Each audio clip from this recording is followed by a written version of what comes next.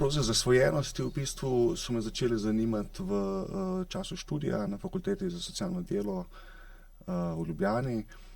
Tam sem se ukvarjal z različnimi ranljivimi skupinami, zanimalo me tudi področje mladih.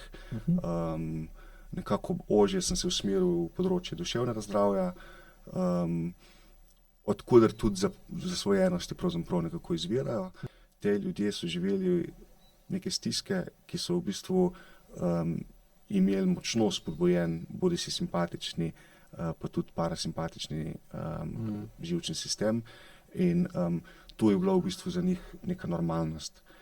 In potem, ko nekako to družino zapustijo in pridejo v nek svet, kjer obstajajo neke norme in pravila, v bistvu oni pridejo s tem svojim tovorom, prtljago ali pa opremo, ki mogoče ne zadostuje normam, ki jih živimo v našem svetu.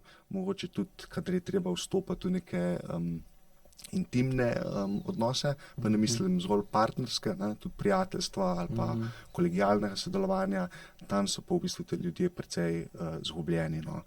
Tako da to je tudi en del odgovora, kako te ljudje funkcionirajo. Praktično imajo ogromno nekih težav.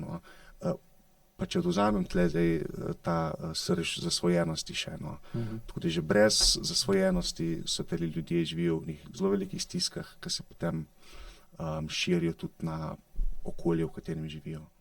Ta varnost in to okolje, ki ga omenjate, jaz razumem to okolje predvsem v povezavi z odnosi, z ljudmi in mogoče prav, če gremo prav od začetka, mogoče še preden začnejo ljudje nekako kognitivno delovati, pa si pomniti stvari. To v prvih 2 letih, tako, 3. Ja. Tako, se pravi, v tem obdobju intenzivno stvari zaznavajo, občutijo in zavedno pomnijo preko telesa.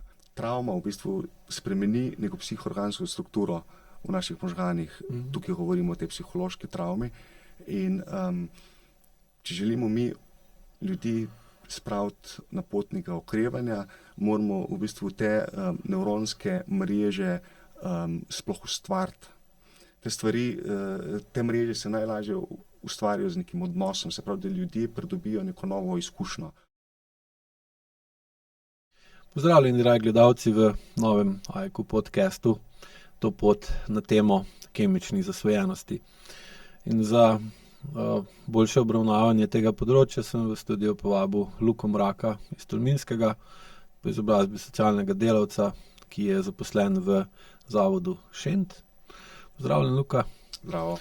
In bi te kar takoj pozval ali pa povabil, da gledalcem, ki mogoče ali pa verjetno ne poznajo to nevladno organizacijo, na kratko ali pa pod svoji presoji razložiš, s čim se ukvarja, čemu je namenjena in kaj ti tam počneš, ter če lahko poveš tudi nekaj o sebi, da gledalci dobi en občutek, koga posluša.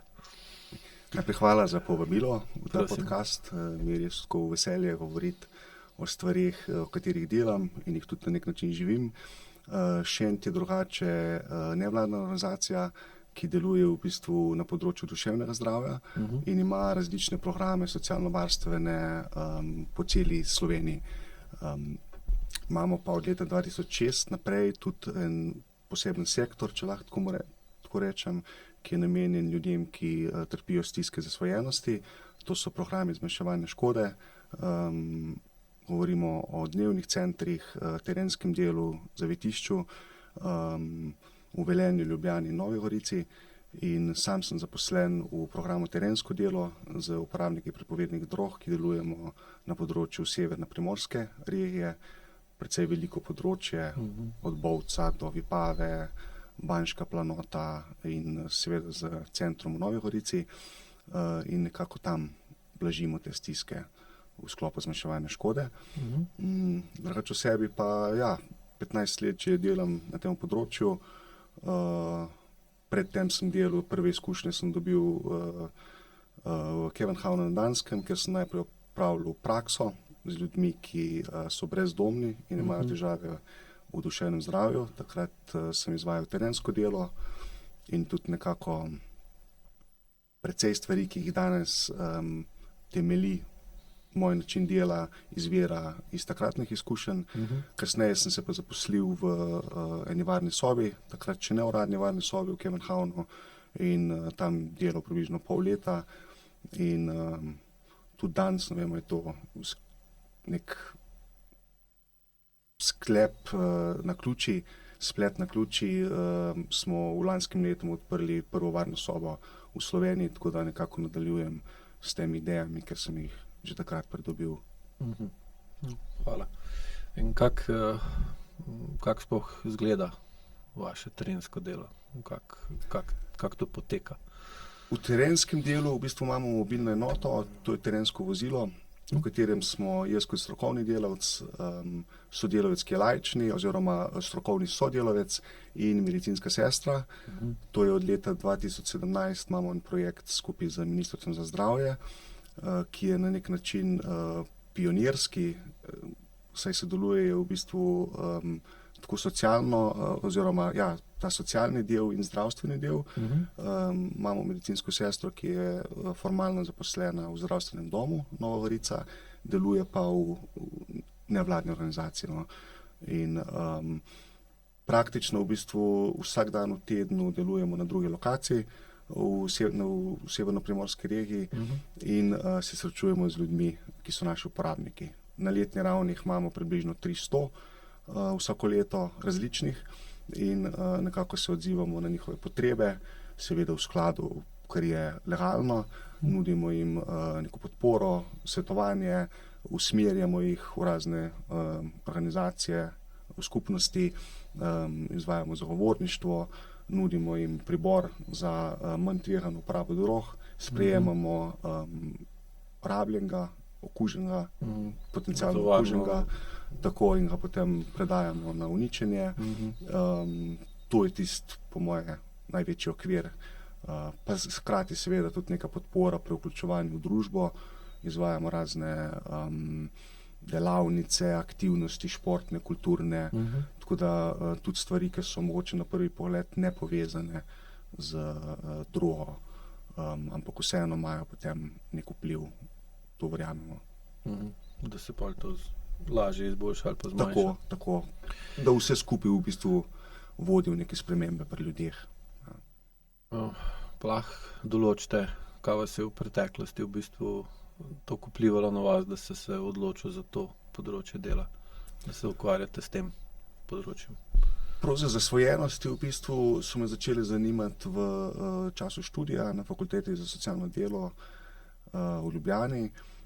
Tam sem se ukvarjal z različnimi ranljivimi skupinami, zanimalo me tudi področje mladih.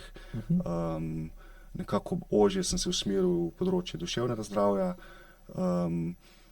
odkuder tudi zasvojenosti pravzaprav nekako izvirajo. In potem pa skozi neko prakso sem prišel potem prav do ljudi, ki so v bistvu porinjeni na rob družbe, so zasvojeni, brezdomni in imajo še neke druge stiske. Ne vem, pa je bilo to nikoli nisem v bistvu povezoval prav s samim sabo, čeprav verjamem, da so kakšne korelacije, nismo imeli nekih tako v nebo vpijočih zasvojenosti v družini, ali pa da bi imel neke predhodne izkušnje s tem, tako da, ampak verjamem, da so bile kakšne druge stiske, ki so bile povezane in so me pripeljale. Doskrat je lahko tudi recimo v šoli, kakšni so šolci ali pa prijatelj, recimo v otroštvu, kak ima težko ali pa veliko težavo zaradi zasvojenosti, ali pa tudi pa prije do smrti samomorov, in pa da ljudje zaradi te bolečine, ki takrat začutijo, jih pa potegne bolj zanima ali pa želijo pomagati drugim, da ne grejo po isti poti. Zato sem vprašal, ker se mi zdi, sem prepričan, da ukvarjanje s tako službo, med tako službo ali pa poklic, zahteva zelo veliko volje in odločnosti. Zdaj, od kje izvira motiv, da se ponovadi sem tisto, da ko ponovadi slišiš, da želiš dobro drugim, ali pa da nam bo vse boljš, Je sicer res, jaz sem spet vrh ledene gore, v zadju se skriva pa kaj še bolj globoka. Ne.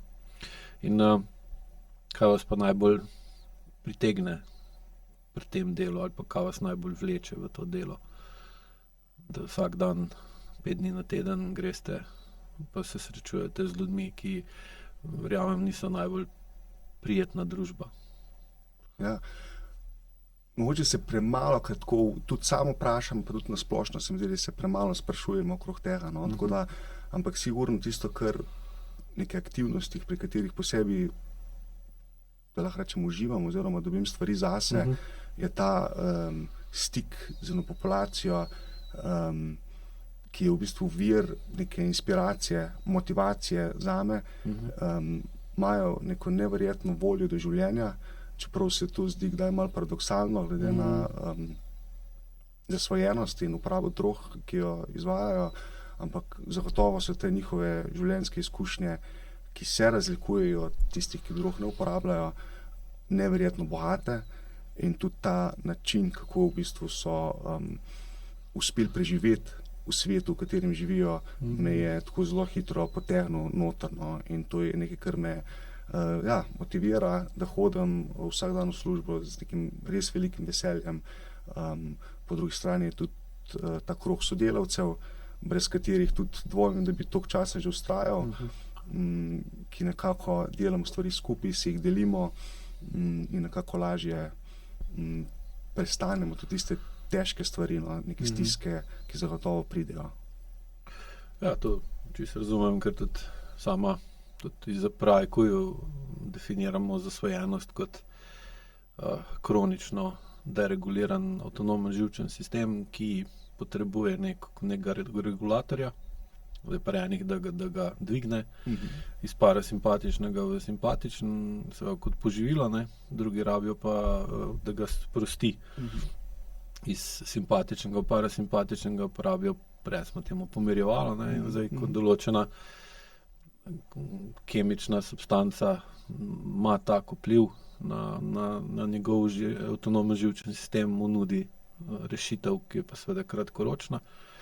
In pa v pomanjkanju drugačnih strategij ali pa možnosti, da bi z vedenjem spremenil okolje, ne, pride pa do odvisnosti. Tako da je logično, da imajo potem te ljudje zelo močno voljo po življenju, ki jo morajo pa v bistvu umirjati ali pa pomirjati z mamilom, zato da zgubi to voljo, ne, ker običajno s to voljo ni dosegel, da bi tisto, kar ga moti, ovira, ogroža, omejuje, uredil. Pol je kronično aktivna in jo mora pol periodično ugašati, ali zdaj za kako substance pa pač Tako. Stvar priložnosti ali pa zmožnosti ali pa okolja. Ne.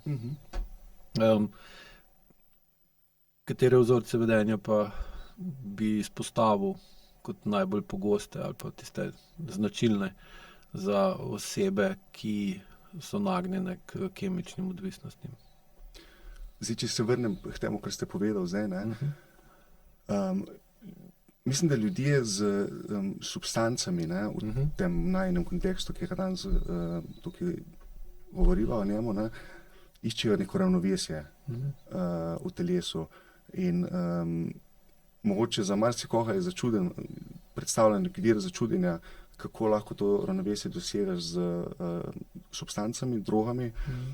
In če malo izhajamo iz izkušenj iz dela z ljudmi, s katerimi delamo, mi pravimo uporabniki, se pravi uporabniki storitev, in ko govorijo o svoji preteklosti, se pravi izkušnjah v otroštvu, v teh dobi odraščanja, govorijo v bistvu o nekih takih zelo krutih potekih, ki so jih doživljali.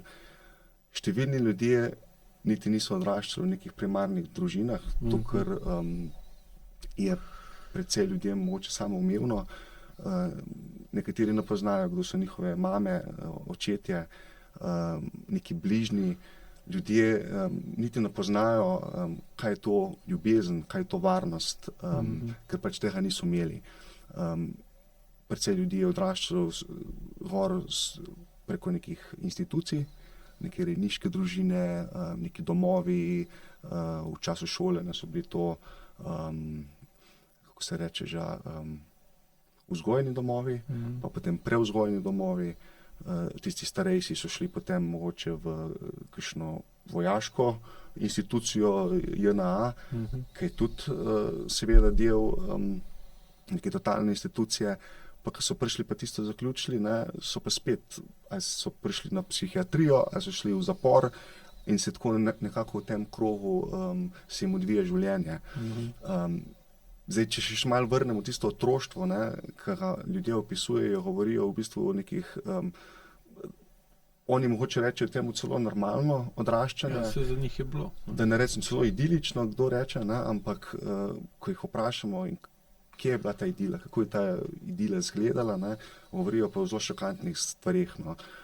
Mogoče še najmanj izstopajoče so v bistvu neke nasilne situacije, ki so se dogajale mogoče med starši oziroma nekimi rejniki, ki so jih imeli, in tam so v bistvu se ljudje, se mi zdi, dobili način funkcioniranja, ki ga potem ohranijo tudi tekom odrasle dobe. In ko ste govoril pač o tej regulaciji simpatičnega in parasimpatičnega sistema, te ljudje so živeli neke stiske, ki so v bistvu imeli močno spodbujen, bodisi simpatični, pa tudi parasimpatični živčni sistem. In to je bila v bistvu za njih neka normalnost. In potem, ko nekako to družino zapustijo in pridejo v nek svet, kjer obstajajo neke norme in pravila, v bistvu oni pridejo s tem svojim tovorom, prtljago ali pa opremo, ki mogoče ne zadostuje normam, ki jih živimo v našem svetu. In navajeni so sigurno ohraniti ta preživetveni motiv. Če gre za vojno, kar je trenutno zelo aktualno, ali pa neke kaotične razmere, so to ljudje, ki v bistvu lahko zelo dobro funkcionirajo. V takem okolju, ja. To smo imeli tudi izkušnjo v bistvu z tega obdobja epidemije COVID-a, ki za večino ljudi ni bilo pač popolnoma nič tako štrlečega. Ko pa gre v bistvu za neke, dajmo reči, normalne odnose v navednicah, mirne, ustaljene, takrat pa pride neka težava, mogoče tudi, kadar je treba vstopati v neke intimne odnose, pa ne mislim zgolj partnerske, tudi prijateljstva ali pa kolegialnega sodelovanja, tam so pa v bistvu te ljudje precej zgubljeni. Tako da to je tudi en del odgovora, kako te ljudje funkcionirajo. Praktično imajo ogromno nekih težav. Pa če odvzamem tle zdaj ta srž zasvojenosti še. Tako da že brez zasvojenosti so te ljudje živijo v nekih zelo velikih stiskah, ki se potem širijo tudi na okolje, v katerem živijo. Ja, ker tudi funkcija avtonomnega živčnega sistema je, da se prilagaja temu, ali si v težavah ali nisi.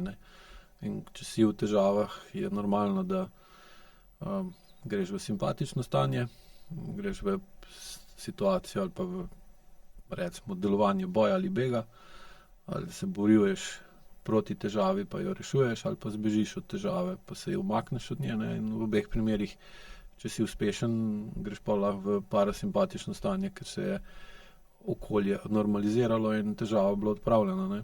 Če pa te težave ne moreš odpraviti, ali pa ne moreš od nje pobegati, pa greš moraš iti v adaptacijo avtonomnega živčnega sistema in ga dekalibriraš. Tako. In pa se tvoja točka ravnovesja premakne ali v eno ali drugo stran, pa potrebuješ pa neko zunanjo pomoč, zunanji vpliv, da lahko dereguliranega navidezno reguliraš. Tako. Zdaj seveda pa s tem eno kronično težavo, ki jo ne moreš odpraviti, uravnoveši z drugo kronično težavo. Prav, nisi se sposoben pomiriti, kronično se nisi sposoben pomiriti, in pa moraš najti rešitev, da te nekaj ali nekdo kronično, akutno pomiri, pa od tega postaneš odvisen. Zdaj spet sistem pa mora vedno se postaviti v neko ravnovesje, da lahko sploh funkcionira. Zdaj, če je okolje bilo neprilagojeno temu otroku, se potem verjetno v takem okolju tudi ne razvije otrok, ki je neprilagojen drugemu okolju, ne, in pol, ko se znajde v drugačnem okolju, je problematičen, ne, se pravi trd, pa neprilagojen, ne. Ja. In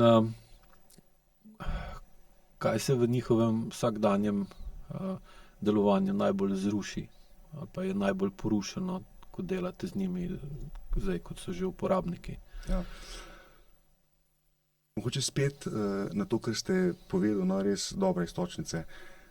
Ta varnost, ne, ko govorimo, ta varnost in to okolje, ki ga omenjate, jaz razumem to okolje predvsem v povezavi z odnosi, z ljudmi in mogoče prav, če gremo prav od začetka, mogoče še preden začnejo ljudje nekako kognitivno delovati, pa si pomniti stvari, no. To v prvih 2 letih, tako, 3, ja. Tako, se pravi, v tem obdobju intenzivno stvari zaznavajo, občutijo in zavedno pomnijo preko telesa. In v teh obdobjih je pa navadi predvsem mama tista, niti najmanj nočem kakšnih očetov pošiljati kam proč ali pa opravičevati karkoli, ampak verjamem nekako, da je v tem prvem obdobju predvsem mama tista, ki nudi varnost, predvidljivost, pa nekako namesto otroka, ki tega zagotovo ne more, zregulira vse ta njegova čutenja. Če je to odvzeto, je tak človek v bistvu ima izhodišče popolne neregulacije, ki jo samo prenese potem obdobje, ko tudi začne kognitivno nekako delovati. In pri teh naših ljudeh, če se zdaj spet povežem in vrnem, ne, pri teh ljudeh v bistvu te varnosti, pa mogoče nekega zaupanja, popolnoma ni. In to je tista osnovna zadeva, ne, ki je, s katero se zelo ukvarjamo, tako da tudi v bistvu vsi naši programi zmanjševanja škode predstavljajo nek temelj v zaupanju. To, da ljudje pridejo k nam in so lahko ostanejo anonimni, absolutno prihajajo na prostovoljni bazi, nihče ju nič ne sili, mi ne rabimo vedeti, čeprav smo programi namenjeni uporabnikom drog, a ta človek droge uporablja, katere droge, skod je prišel, kaj se mu je zgodilo, popolnoma nič. In s časom, pri večini zelo hitro, uspemo ugotoviti večino teh stvari, ponavadi še veliko več, kot je potrebno za nek delovni odnos. Včasih tudi še več, kot bi si želeli vedeti, no. Ampak to ljudje povejo, to probamo nekako vzeti, spoštovati in nekaj narediti s tem, no. Tako da bi rekel, da je osnovna stvar, ki tem ljudem manjka, je zagotovo to zaupanje, varnost, vera, da se lahko stvari sploh kakorkoli spremenijo in tudi vera v bistvu v sočloveka, ker tega nekako, kar so prinesli od svojih zgodnjih obdobij, niso imeli. Ja, se to je tudi pol usklajeno s to tako imenovano povezovalno teorijo, ne, da pač kako se na otroka odziva starš, tako pol otrok sebe definira, ne. In če starš se ne odziva tako, da bi lahko mu otrok zaupal, ne, potem seveda otrok tudi izgubi zaupanje vase, realno zaupanje vase, pa imaš 2 skrajnosti, ne, ali premalo, ali pa nič ne zaupa vase, ali pa preveč, ne, nerealno. V obeh primerih pol tudi vidim pri svojem delu, je verjetnost, da nastane neka odvisnost skoraj 100-odstotna, ne. In tudi, recimo gledalci, če jih to zanima, to področje, en zelo dober film na to temo je Maček po imenu Bob, angleški film, ki govori o odvajanju od trdih drog enega moškega, ki je tudi noter lepo pojasnjeno, kako je izgubil zaupanje v oba starša, ne. In potem je iskal olajšanje ali pa ta občutek sproščenosti, ki ga seveda drugače brez drog lahko dobimo, če smo v okolju, ki mu zaupamo, ne. Če pa tega okolja ni bilo, pa ta nemoč, negotovost vedno bolj boli, vedno težja, vedno težje jo prenašamo in pa poskušamo najti neko sprostitev, da bi se vsaj začasno ali pa umetno za pomočjo neke substance počutili tako, kot se počuti nekdo, ki je v okolju, ki mu zaupa in tudi zaupa samim sebi. No. In tudi ta moški je v bistvu pa se uspel odvaditi od te trde droge, ker je videl, da lahko mačku zaupa, ker ga maček ni zapustil in je bil z njim skozi abstinenčno krizo. Do takrat je bilo pa v življenju ga je vsak zapustil, ko je bilo malo težje. No, ta maček po imenu Bob je pa ostal z njim in v bistvu mu je s tem pokazal, da obstaja nekdo, ki mu lahko zaupa. In mu je to pol pomagalo, da ni več potreboval tega prehodnega občutka zadovoljstva, ki ga pa drugače doživimo, ko smo z nekom, ki mu lahko zaupamo in da on zaupa nam. Ne. Super. Nisem poznal filma, no, ampak zanimivo. Pa še to, no, dodal, zelo pogosto dobijo ljudje s temi manjkom izkušenj zaupanja, varnosti, občutek zelo zgodaj, da pač morajo poskrbeti sami za sebe. Ja. In da je to način, kako bojo preživeli. In ta vzorec ga potem iz otroštva preko nekega odraščanja prenesejo tudi v odraslo dobo, ne, ko pa vstopajo ponovadi v kakšna tudi partnerska razmerja. Ja. In v bistvu se tam dejansko lahko pokaže problem. To govorim tudi za ljudi, ki ni potrebno, da so zasvojeni. Niti najmanj je to v bistvu ena taka zelo pogosta, ne? Ker ti si težko v odnosu in v partnerstvu z nekom, če v bistvu primarno skrbiš predvsem zase. No? Ja. Čeprav tudi, kot ste na začetku rekel, ne, se tudi konec koncu se poročim, ne, s svojo ženo primarno zaradi sebe, ne zaradi nje, ne, pa tako, ne. Ampak tukaj govorimo o res o nekih nefunkcionalnih odnosih, pa tudi mogoče celo o osebnostnih motnjah ali pa o nekih drugih psihopatologijah, ki so v bistvu na tem področju, v katerem delujemo, zelo izražene. No. In to ni več ta koliko običajno funkcioniranje, ki ga imajo ljudje pod kontrolo. No. Tako da bi pa tudi to rekel, ne, če se spet povežem z izkušenj, to, kar ste glede filma omenil, mi imamo izkušnjo ljudi, ne, ki so nam povedali, kaj so preživljali kot otroci, kako so odraščali in potem povejo, da so prišli recimo pred tam, po enih 13 so začeli uporabljati določene substance in potem omenijo recimo, ne vem, pred 15 so prišli do heroina.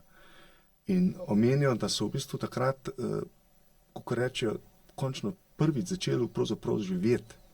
Prvič so lahko dali gor glavo, prvič so ljudem lahko pogledali v oči, prvič so lahko govorili dosti neobremenjeno, prvič so se lahko nasmejali nečemu. Ne? In so takrat v bistvu šele dobili neko življenje v svoje telo, kar ga prej niso imeli. Ne? Tako da, ko govorimo o zasvojenostih, je res tako pomembno izpostaviti, da pravzaprav gre tukaj za en obrambni mehanizem, ki ljudem omogoča preživetje v tistem svetu, iz katerega na začetku izhajajo. Eden izmed obrambnih mehanizmov. Danes se mi še zmeraj zdi zasvojenosti, ne? Zdaj, če govorim predvsem o kemičnih zasvojenostih, je še relativno malo, ne? Kakor je v bistvu nekih stisk in travm, ki jih ljudje večinoma imamo. Ja, sicer je pa res, da je pa zdaj pa zelo narašča pa število nekemičnih zasvojenosti, ne? Ker so bolj dostopne, ne? Pa vsaj delujejo manj škodljivo, pa manj resno, manj sramotno, ne? Oziroma bolj normalno. Tako.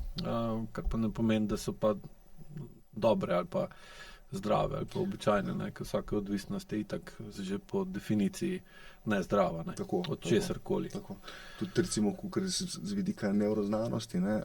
Lahko dosežejo celo neke večje te vzpone, padce hormonskih struktur, ne kemične kot kemične. Tako da iz tega vidika so absolutno zelo problematične, sploh če se človek z njimi sreča pri 8 letih ali pa še manj.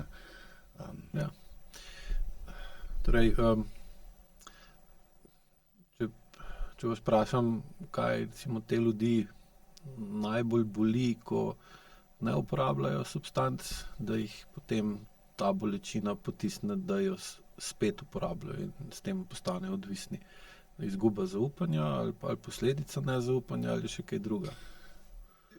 Zdaj, eno je, recimo, ko govorimo pri ljudeh, ki so zasvojeni in trenutno ne pridejo do droge, takrat govorimo o eni abstinenčni krizi, ste mogoče na to mislili? Ne, tudi, ampak bolj tisto, pač vzameš, si v redu, pa si spet vedno bolj ne v redu. In potem vedno bolj začne boleti, ali pa se vedno bolj neprijetno počutiš.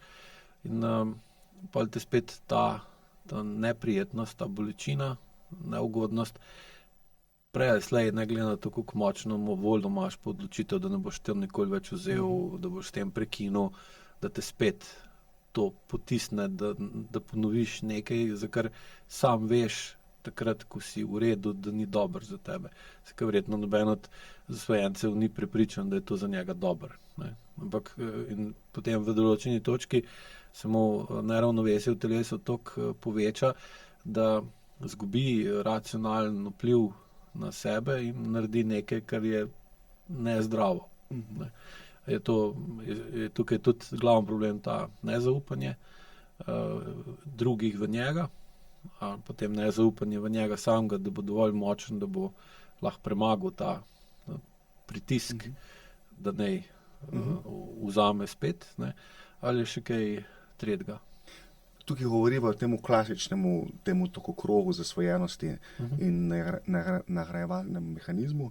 In ja, kakor neka ura poteka, recimo, ne vem, če se v polnoči človek preda omami in potem nekako stvar hlapi in potem vedno več spet začuti pač potrebo in naredi vse, da jo bo zadostil. Podoben mehanizem velja tudi pri nekaterih drugih, recimo vedenjih, bom rekel teh nefunkcionalnih vedenjih, kakor je tudi nasilje, ki zelo podobno poteka. In človek, ki je nasilen, bo izrabil kakršnokoli priložnost, zato da bo lahko spet nasilen. Takoj po nasilju, neposredno po nasilju, bo pa seveda začutil obžalovanje, neko moralno mogoče, nek vidik moralnega obžalovanja, mačka, ampak potem se spet stvar stopnjuje, spet je povezano z delovanjem živčnega sistema, spet mu se postavljajo stvari izven ravnovesja in spet mora zadostiti svoji potrebi. No. Pa ta cikel ponavlja. Tako, in ta cikel se pri ljudeh, ki so zasvojeni, ponavlja. Mi, to ste res dobro izpostavili in to se mi zdi tako zelo ključno, stvari, ki so se zgodile neke travme, ki so se zgodile v odnosu, se zgolj v odnosu lahko tudi razrešijo. In tukaj govorimo o tem zaupanju, ki je mogoče res ena ključnih stvari. No. Se pravi, zaupanje v človeka, ne glede na to, v katerem stanju trenutno je, kaj se dogaja z njim, kaj je naredil v preteklosti, z vso zgodovino, ki jo ima za sabo, jaz sem tle, bom ostal tle in deva probati nekaj narediti. In tudi, če boš še toliko stvari naredil, ker niso okej, jaz sem še zmeri tle in kadar bo prišel čas, bo lahko skupaj delovalo v smeri sprememb. No. Tako da tudi ta vidik zmanjševanja škode, ki ga izvajam tudi sam v sklopu programov, je absolutno tek na dolge proge. No. Stvari niso vidne od danes do jutra. In včasih imamo tudi mi težavo, ko se ukvarjamo s tem, kaj smo pa dobrega naredili. Ne. Zelo, kad delujemo v takih zelo kaotičnih pogojih, razmerah in je včasih res treba pogledati, ne vem, kakšno je bilo stanje pri človeku pred 5 leti ali pa 10 leti in kakšno je zdaj. Tako da včasih že to, da človek sploh preživi, je velik uspeh.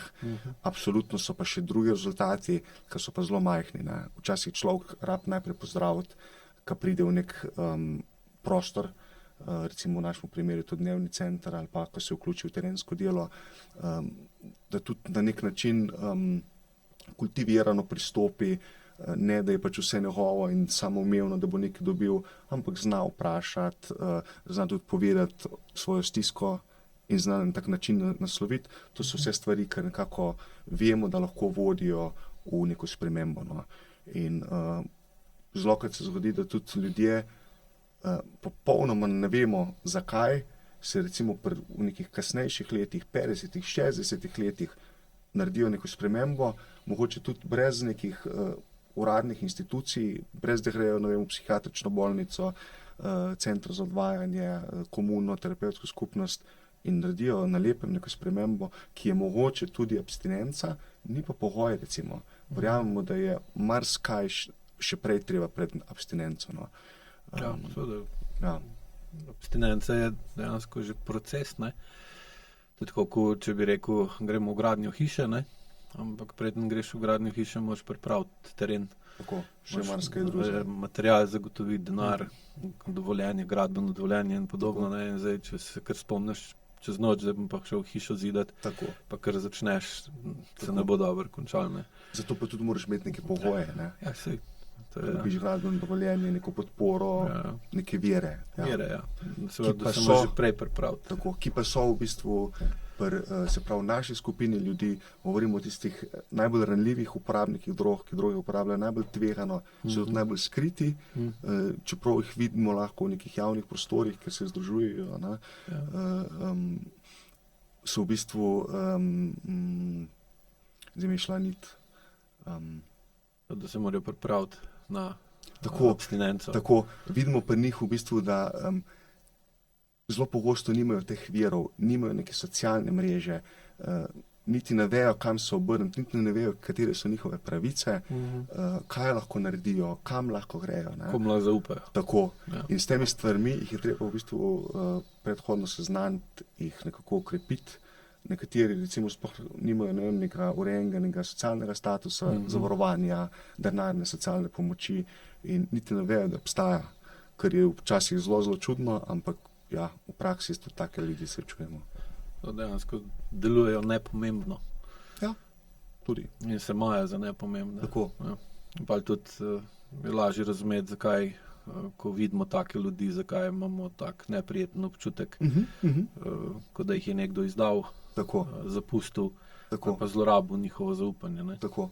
Ja, sej, ker se tudi zajek v vidika, recimo, mi v praksi recimo vidim, da je ta povezava, kak odnos je imel starš do tebe, ko si bil otrok, imaš pa ti tak odnos do sebe, do svojega telesa, recimo, ali pa do vsega, kar ni tvoja zavest, ko si odrasel. Ne?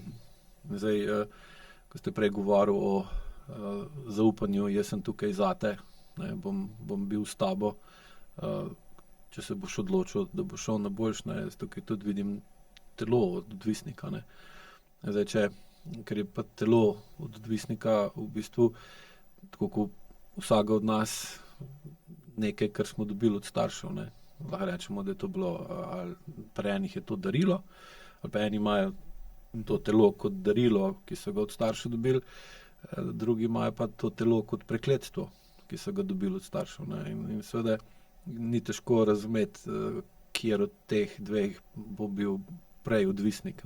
Tisti, ki ga dojema kot darilo, ali tisti, ki ga dojema kot prekletstvo.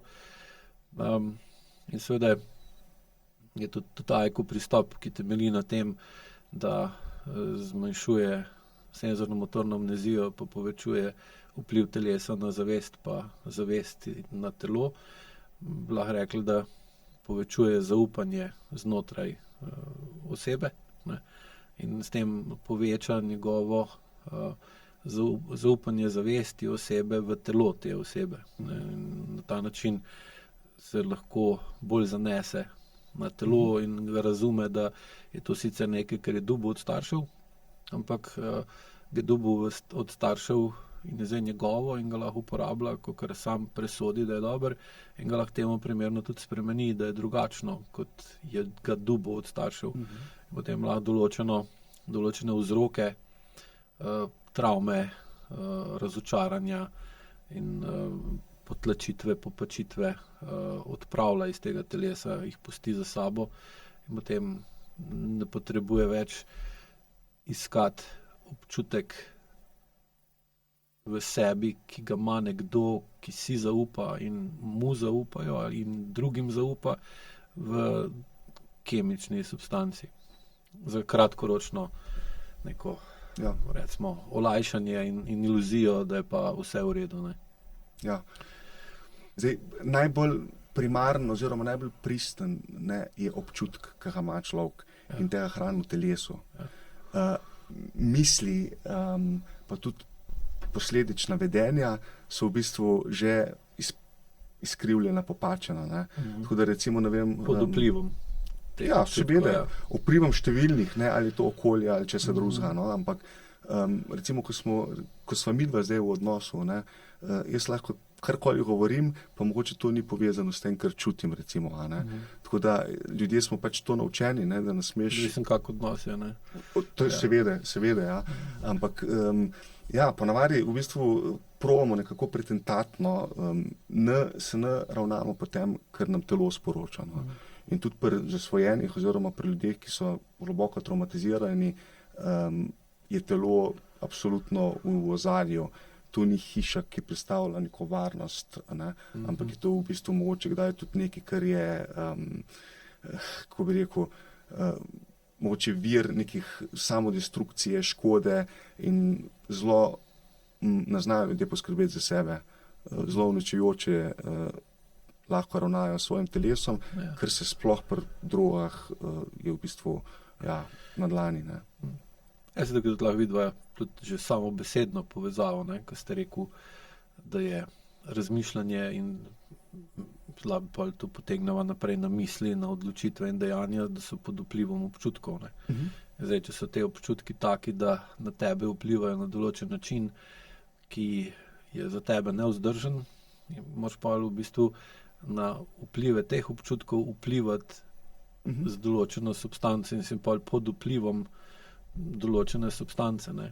Zdaj, če so te občutki kronični, pa na njih ne moreš vplivati, oni pa skozi vplivajo na tebe, pa je tudi logično, da razviješ odvisnost od določene substance, ki ti vsaj začasno omogoča proti vpliv na te vplive občutkov, da vzpostaviš neko novo ravnovesje, tako kot so prej rekla, ki je višje postavljeno ali pa ki je drugje, kot je normalno. Ne. Tako. In pa postaneš odvisen od iskanja ali pa hrepenenja po tem občutku, da si dobro, čeprav v bistvu nisi, ne, v realnosti. Ja, in pri nas to rešujemo, učimo, da z dvigom čustvene zrelosti lažje sprejmeš dejansko stanje in bolj, ko ga sprejmeš, bolj lahko najdeš učinkovito rešitev in jo potem tudi lažje izvedeš. Če imaš nižjo senzorno motorno amnezijo in potem razumeš, da obstaja lažja pot, recimo tukaj v tem primeru s kemično substanco, kjer lahko na hiter dobiš občutek, da si v redu, da si ponosen, da si pomemben, da si pokončen, ne, da se počutiš dobro, sproščeno. Sam seveda je tu kratkoročno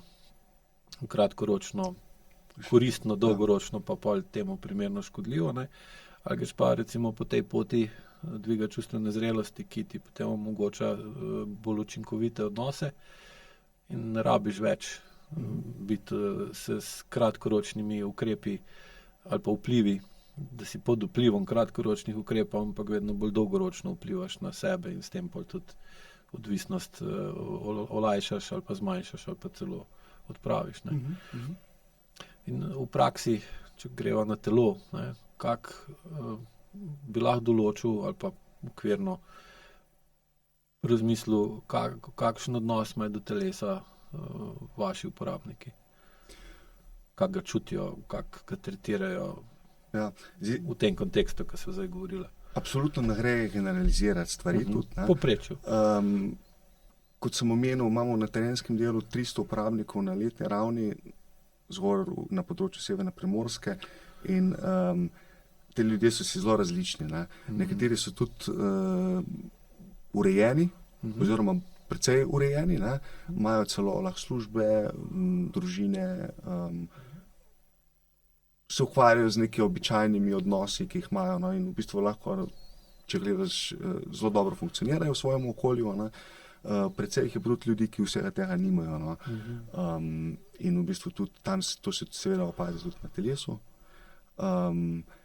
ki je že na videz se vidi, da ta človek ima neke stiske.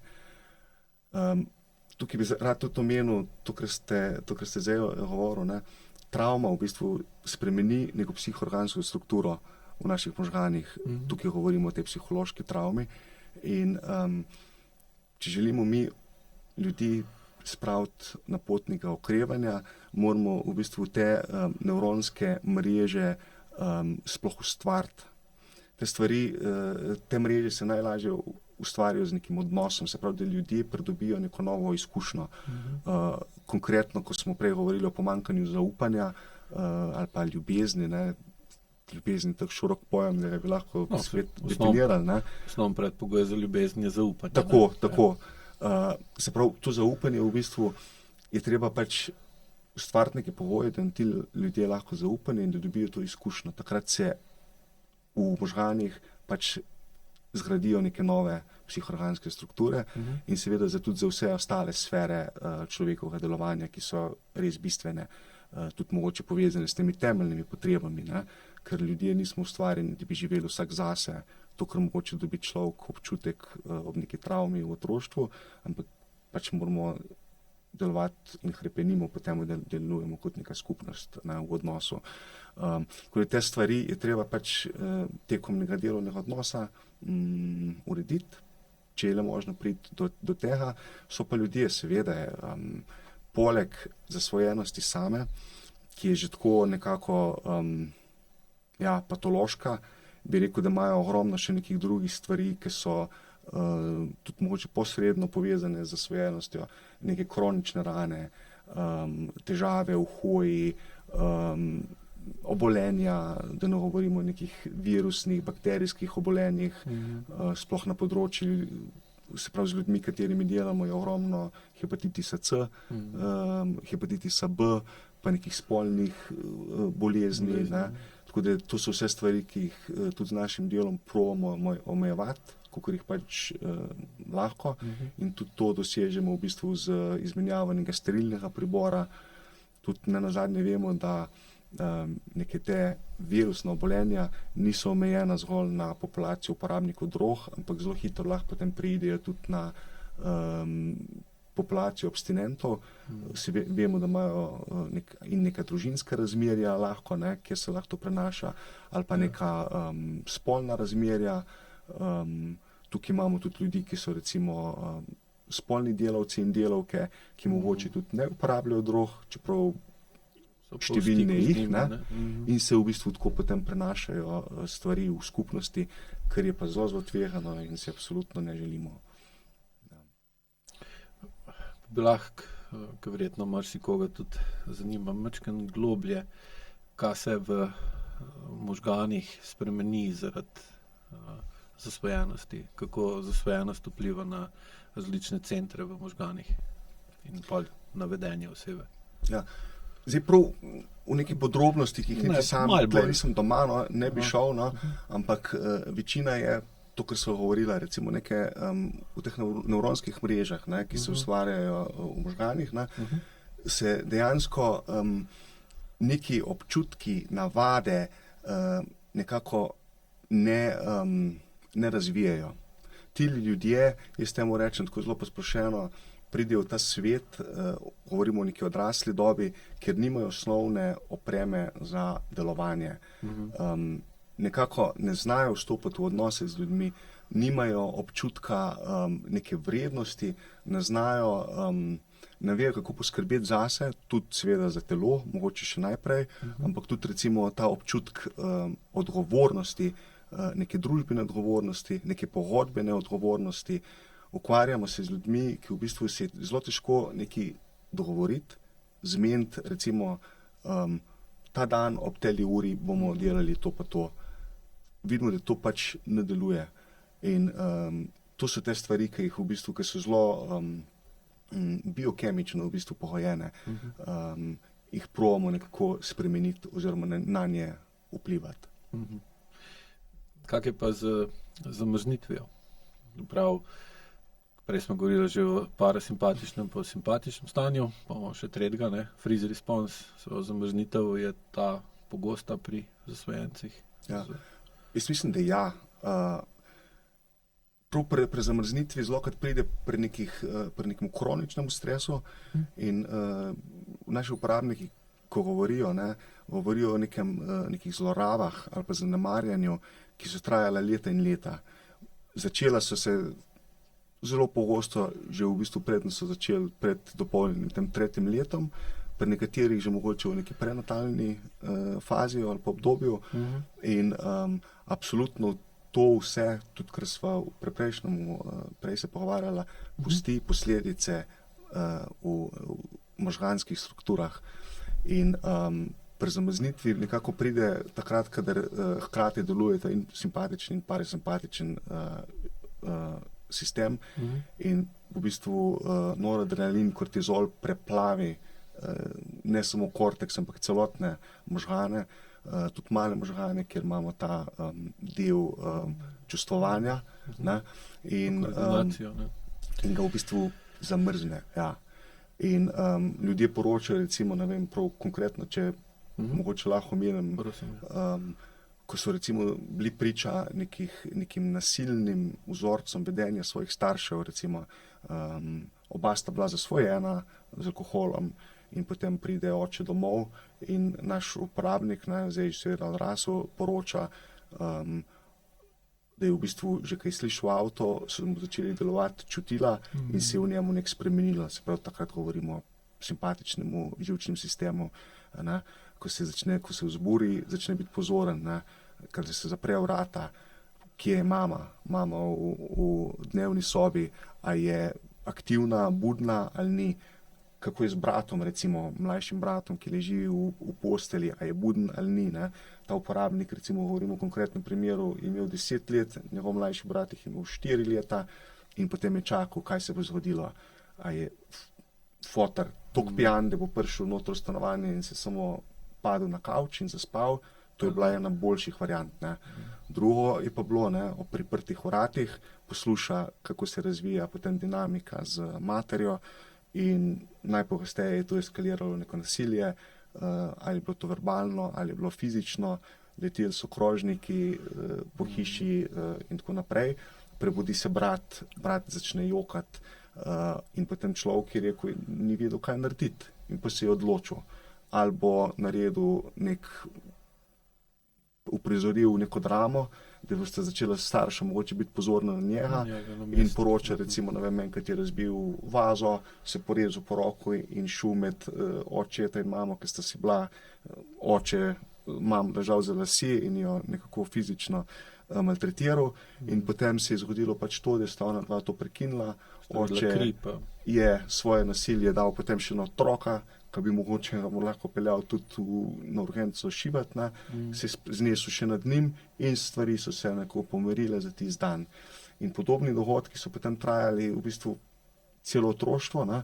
In tukaj v bistvu lahko govorimo o tej zamrznjenosti pri številnih uporabnikih, ki se potem v neki odrasli dobi kažejo seveda na drugačen način. Ni treba, da prije neko nasilje, zelo pogosto pa, ampak mogoče z neke situacije, v katerih se prebudi, ne, ta spomin na to nasilje ali pa na neke druge zlorabe, ali pa zanemarjanje tudi, ali pa so v bistvu prav nepovezane. Recimo, ko rečeš ti človeku, ja, super, nimaš zavarovanja, greš do centra za socialno delo, pa to urediš in človek zamrzne. Ne. Ali pa takrat, kadar je treba, ne vem, kakšno drugo nam mogoče zelo samoumevno stvar urejati in človek dejansko zamrzne. Ne. In tukaj vidiš, koliko so v bistvu neopremljeni s temi z orodji, da bi lahko funkcionirali in to je absolutno povezano z našo biokemijo v možganih, strukturami, nevronskimi mrežami. Ja, saj je logično, če je oče imel tak destruktiven vpliv, ne, na okolico, sin je pa tudi imel vseb očeta, ne. Torej je verjetnost, da bo on nadaljeval podobno, ki se je od njega naučil, zelo visoka, ne, in je pa logično, da poskuša preprečiti, da bo sam postal enako destruktiven, kot je bil oče in pa zamrzne. Ne. Tako. Tako, ko pač hočeš, ne vem, neko živo bitje, ki je nevarno ali pa dela škodo, ga hočeš zamrzniti, da preprečiš, da se ta škoda ponavlja v prihodnosti. Tako da je pa tudi tukaj Ja, sem problem je, da pa ne moreš pa živeti, ne. Tako. Se rabiš pa odmrzniti, ne. Tako. In seveda zdaj večja, kot ta zamrznitev, bolj močno odmrzovalno sredstvo potrebuješ, ne. In tukaj pa pridejo lahko noter kemične substance, ki te odmrznejo, da uživiš, ne. Zlasti tudi opijati, no, so tako en tak izredno sprostijo, dober, v navednicah, pripomoček, ne. In še, kar ste omenil, ne, očeta, ne, in ta vir agresije. Včeraj sem ob enem dogodku zopet gledal film, ki ste ga tudi vi omenil, ampak film Jana Cvitkoviča, Ram srca, ki tudi govori v bistvu ravno o ljudeh, s katerimi tudi delam jaz in moji sodelavci v programu zmanjševanja škode. In tam noter je bil ena od zgodb, je bila tudi primer nasilja, ki ga en fant opisuje, ampak potem reče, ampak saj on je še dober, ne, moj oče, zato ker je pa on doživljal, ne, od svojega fotra, tisto je bilo pa šele, ne. Tako da te vzorci se prenašajo in danes govorijo, to, kar je nevroznanost ugotovila, da v bistvu to, kar smo mi danes, sega tudi v 7 generacij nazaj, kar je na nek način zanimivo, pa mogoče tudi kar malo tragično, ne. Grozljivo včasih. Tako. In sploh, če pomislimo, da so generacije, ne vem, naših staršev, pa še pred njimi izvirali z nekih vojnih časov, ne, kjer so bile vrednote popolnoma druge, ne, in tudi način funkcioniranja in družbenega urejanja med njimi popolnoma drugačni, si lahko mislimo, ki smo tudi mi vse prinesli na ta svet, v katerem pa danes živimo, ne, ki mogoče ni neposredno vključeno v vojno, ampak mar zdaj delujemo, kot da bi bili v vojni, no. Še posebej se to pokaže pa tudi pri naših ljudeh, no, ki uporabljajo droge. Ja, če pogledamo z te perspektive odvisnika, je on v vojni sam s sabo, ne. Tako. In sem vojna na drug način, prav dajo v interno obliko, ne. Tako. Prej je bila zunanja, zdaj pa notranja, ne. Tako. Ja. Vojna oziroma neverjetne stiske. Ki so pa spet sestavni del vojne, ne. Tako. Ja, Tako. da smo spet na istem. Tako. In na kak način pa družina odvisnika vpliva na njega zdaj, ko je že odrasel, se pravi, ta vpliv družine ni samo v otroštvu, verjetno je pa tudi kasneje. Kako to vi pri svojem delu opažate, te vzorce ali pa principe vpliva družine na ohranjanje ali pa oteževanje odprave odvisnosti? Ja.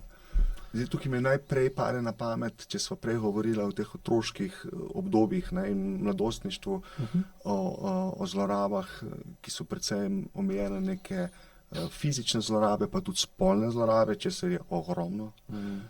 Bi mogoče v teh kasnejših obdobjih govoril še več mogoče o nekih čustvenih zlorabah, ki jo ljudje potem nosijo s sabo, no, in so mogoče tudi na tak način povezani s svojimi, bom rekel, svojo družino. In tega je tudi ogromno, tam, kjer sploh ljudje so povezani. Ker precej teh ljudi nima nikakršnih stikov, vsaj teh neposrednih z svojci. Tako, ja. Po drugi strani pa tudi moramo omeniti, delamo tudi svojci, imamo tudi eno skupino za samopomoč in samorazvoj s svojcem, kliče se zasvojec.si. Opažamo pa tudi neko drugo plat v bistvu. Ena je ta, ki so jo tudi že omenila, svojci v bistvu preko tega dela skupnega, ki ga imamo v skupini, nekako mogoče celo prvi začnejo ugotavljati, kaj so celo sami tudi doživeli kot otroci, ne. V kakšna partnerska razmerja so se zapletli oziroma ga živijo oziroma so ga živeli in kaj so v bistvu prijeli od svojih staršev, no, kakšno popotnico, no. To je en tak zelo pomemben del, ki ga človek mora priti z njim v stik, seveda na en zelo blag, nočem reči terapevtski vidik, no, ker ne izvajamo terapije, ampak absolutno pa ima številne, to delo v skupini ima številne terapevtske elemente. In to absolutno vpliva tudi na današnje stanje recimo njihovih hčera in sinov. In ko nekako to ozavestimo, pridemo s tem v stik, imamo v bistvu šele neke pogoje za delo naprej. In niti ne govorimo toliko o tem, kaj lahko oni naredijo za svoje svojce, ampak v prvi vrsti, ki lahko naredijo sami zase. In spet je tukaj za en daljšoročni proces in po 2-3 letih, ko lahko oni naredijo neko spremembo, se tako po nekem čudežu, bom rekel na ključu, kar pomeni po nekem ključu, ne po slučaju, ampak po nekem ključu, se zgodi sprememba mogoče, ali pa bolj verjetno tudi pri svojcih, ki so zasvojeni oziroma uporabljajo droge. In to je ena taka zelo zanimiva dinamika, no, ki jo opažamo v praksi.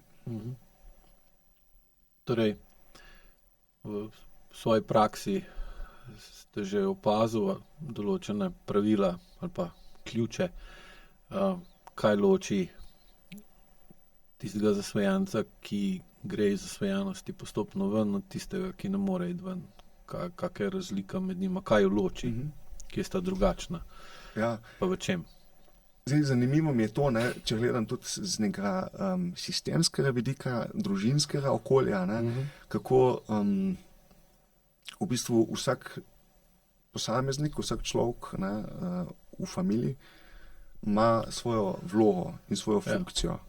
In ponavadi so tudi ljudje, ki zapadejo v zasvojenost, pač zelo dobro se primejo svojo vlogo, ki jim je bila dodeljena. To tudi zlokrat ne govorimo o tem, da se za zasvojenost človek samo odloči, ker teh ljudi sem zelo malo srečal. Tudi tisti, ki so to rekli, ko greš malo globje raziskovati, je absolutno nek potek, ki jih je pripeljal. Ne. Podobno tudi za brezdomstvo, za spolno delo in tako naprej. Zato se ljudje sami ne odločijo. Ne. To je v bistvu odziv, ne? Odziv, tako ja. In v bistvu imajo neko svojo vlogo v sistemu družinskem in ponovadi rešujejo svojo v tej relacijski paradigmi, govorimo o afektivnem psihičnem konstruktu, ne, o neki obrambnem mehanizmu, ki je lahko zasvojenost, ne, v najnem kontekstu danes. In oni v bistvu uravnavajo, regulirajo celotno družino. In, njihova vloga je pomembna za to, da ostala družina funkcionira. So neke vrste žrtveno jagnje tudi. Tako, lahko žrtveno jagnje, črna ovca, grešni kozel, identificiran pacient. Ne, in te ljudje zlokrat pomagajo k temu, da se v bistvu ostali organizirajo med sabo in so funkcionalni na njihov račun, kar je v bistvu zelo velika tragika. Pa ga žrtvujejo ali se pa žrtvuje. Tako. In že to, kar govoriva, nama pove, da je vir je absolutno v nečem drugem. Ne. Zelo mogoče je predvsem v neki bližini, ne, ki bi lahko bila v bistvu nevarna, mogoče za starša, ne, in je ne znata ustvariti in je lahko ustvarita potem preko tega grešnega kozla v familiji, če ta človek sploh ostane noter in nekako potem tako se sistem regulira in oni živijo naprej. Ne. Seveda se pa to prenese potem na tega človeka, ki ima zelo klavrno ali posiromašeno življenje na ta račun. Ja, to me zdaj spomnilo na eno reportažo, ki so jo pred leti imeli. V Nemčiji so šli raziskovati, kam grejo plastični odpadki, ne. Nemci so bili tako ponosni, na koliko imajo čisto državo, koliko reciklirajo, koliko so ekološko ozaveščeni, pa so pa v bistvu spremljali, kam ta reciklirana plastika gre in so ugotovili, da jo v bistvu odpeljejo v Kongo, ne, in da tam pol kar v džunglo stresajo in that's it, ne, in pol Nemčija deluje čisto, urejeno, ne, ekološko ozaveščeno, visoko razvito, Kongo je pa pač podobno se mi zdaj, ko ste razlagali o funkciji zasvojenca, zato da družina deluje bolj normalno, pa so to nenormalno skoncentrirajo na eno osebo. Ne? Tako. In z vidika evolucijskega bi rekel, da je to logično. Ne? Da je bolj škoda, se tako v kurniku imate vedno eno ali pa dve kure, ki so nadpovprečno slabe, okluvane, take kržlave, ne? In tudi če te 2 kure ali pa 1 kuro date stran, bo pa ena druga, pa šla tista v ta spodnjo. Tako, vejo, ložo. ne. Ja. Tako da se mi zdi to čist smiselno. Ne? Ja. Pa niti treba iti v Nemčijo. Če se No, spomnite, to sem se zdaj spomnil, glih. če se spomnite 2 leti nazaj, smo imeli v Sloveniji en precej velik problem s odpadki, ne, ki smo jih do nedavnega vozili na Kitajsko, pa so se po njih odločili, da ne bojo več sprejemali in je rato problem in so se začela te deponije po Sloveniji. Ne. In takrat smo se v bistvu tudi užigati in kopičiti. Ne. In takrat upam, da si je marsikdo vprašal, ja, kam pa s tem delamo, ne, pa si mi smo ekološki, pa mi znamo delati z odpadki in tako naprej. Plačamo račun in to je to. Tako, ampak na račun marsikaterih drugih držav. Zdaj tukaj je tako spolsk teren, ker hitro lahko pridemo potem na neko področje politike, ampak takrat, kadar hodijo pa ljudje k nam, neki pribežniki, migranti ali tako naprej, nas pa prav zares zanima, kaj je ta vir, zaradi česa prihajajo. Ne. Tako da, kdaj je treba res dati stvari v kontekst. In to, kaj izvažamo, pa kaj uvažamo. Tako, ampak tudi na področju zasvojenosti se mi zdi, da je droge, ki so definitivno element družbenih razmerij, potrebno dati v nek globalen kontekst. No. Se pa seveda lahko ukvarjamo s tem na neki medosebni ravni, lahko na intrapsihični ravni, lahko pa na neki družbeni makroravni. No. In posud je zanimivo. No. Tako da droge so tudi z tega vidika. Del celote. Ne. Tako. In zelo zanimiv. Ne. To so neki, kar je precejkrat tabu tema. Ampak vsakmu človeku se kdaj se sprašuje, kako stvari delujejo. No. Tako da to istočno prvo vprašanje vaše, zakaj tudi mene je zanimalo, to je bila neka istočnica, ki me je zanimala, kaj je ta srž teh drog, zakaj so tako zanimive. No. Tako da, ja. V čemu so učinkovite? Tako. Vse mora biti učinkovito, če ne obstane. Tudi droge. Absolutno. Za nekaj je dobra. Absolutno. V narekovajih. Absolutno. Ja. In to tudi mislim, da je to tudi eno področje, ki ga premalo krat omenjamo. No? Droge so nenazadnje bile del življenja ljudi. Vsako leto so kakšne nove raziskave in najdbe, 10 tisočletja že obstajajo. Ja. Zdaj, ta trend ali pa fenomen zasvojenosti, ki ga danes poznamo, je v bistvu relativno nov. Pred 200 leti recimo niso o tem govorili, oziroma ni bilo toliko negativnih posledic zaradi uporabe drog, kot ga je danes. Tako da to je tudi nek fenomen družbenega časa. Odvisno, kaj jemljemo, če bi dal kot drogo alkohol tudi noter, ne? Ja. Ali pa nikotin. Ja. Ali pa dal na vzhodu opij, ne? Je bilo zasvojencev verjetno prej še več kot danes. Ne? Ja. Ampak v odstotkih. To govorimo recimo o 150 let nazaj. Tudi kasneje so potem začele opijske vojne. Takrat v bistvu so droge dobile neko drugo vrednost. In politično. Tako. Ja. In danes recimo, to mi tudi osebno me je to zelo zanimalo in pretegnilo, ko sem gotovo v bistvu, koliko tržišče prepovedanih drog, kako velik del predstavlja tega globalnega BDP-ja. Tukaj je ogromna denarja. In vem, da smo imeli tam okrog leta 2000, tam okrog tega 11. septembra, je v bistvu bil tržišče prepovedanih drog, je kotiralo više kot pa recimo jekla in železa, ali pa avtomobilske industrije. To so ogromni denarji. To so ogromni denarji. In ko na eni strani govorimo, kako hočemo prepričevati in pa zmanjševati, je pa še zmeraj marsikomu interes, da je stanje tako, kar je. In v bistvu zasvojeni ljudje so tukaj ena kolateralna škoda. In danes izven področja drog je najpomembnejši dobiček in produkt in proizvodnja in prodaja, marketing. In v bistvu tudi v tem kontekstu je kdaj fajn področje drog pogledati. No. Jaz se da zdaj, pred kakim mesecem ali nekaj takega je Trump grozil z carinami, oziroma taksami za Kitajsko, Kanado pa Mehiko, zaradi tega, ker ne preprečijo produkcije fentanila in prenosa fentanila v Ameriko, pa se vpraša, zakaj se če v Ameriki tega oni ne bi rabili, pa Ja. če ne bi bilo povpraševanja, ne bi bilo tudi ponudbe. Ne? Tako. Zakaj se ne ubadajo s tem? Jaz mislim, da se obadajo in da so stvari nam malim ljudem mogoče nejasne in nedoumljive, ampak jaz mislim, da so to stvari precej dobro znane, kako svet poteka. No. Tako da te zanke so tipične. Ne. Vemo, da tudi trenutno je fentanil nekako tukaj ne rabimo nekih senzacij, no, ampak je tudi v Sloveniji že se pojavil. Sicer so predvidevanja taka, da ne bo niti slučajno dosegel takih razsežnosti kot v Združenih državah Amerike. Tržišča so druga, potrebe so drugačne, ampak zakaj je bilo to tako v Ameriki, kot je bilo? Zelo izvira pač iz Afganistana, kjer je bilo v bistvu to največje predelovanje, kjer so predelali največ opija.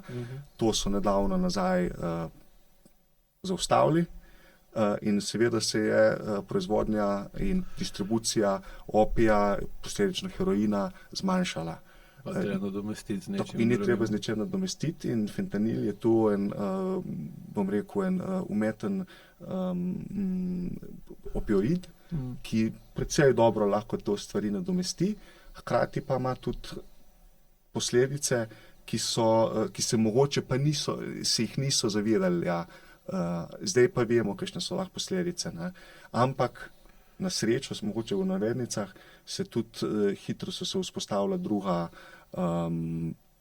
pridelovišča opija, tako da zdaj ni več Afganistan, ampak druge vzhodnoazijske države, predvsem Burma je taka, tako da v Evropi ni strahu, da bi prišel fentanil tudi zaradi tega. No. In se je že nekako že zdaj v bistvu se je postavilo tržišče z opijem v neko ravnovesje.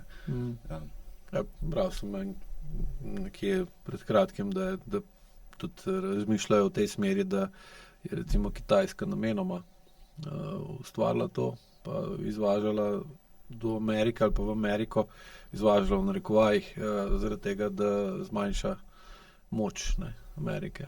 Ja. Kdo bi vedel? Tu se malo tudi ponavlja, tistim, ko so malo znane opijske vojne. Angleži. To je bil tudi en podoben mehanizem, takrat. Nekaj časa so spodbujali, ko so rabili za svoje potrebe, potem so pa ugotovili, ko so videli v bistvu v Veliki Britaniji, kakšne so razsežnosti, so potem pa spet naredili kakšno opijsko vojno, da so te stvari zaustavili. Tako da, te stvari se dosti ponavljajo. Se ponavljajo.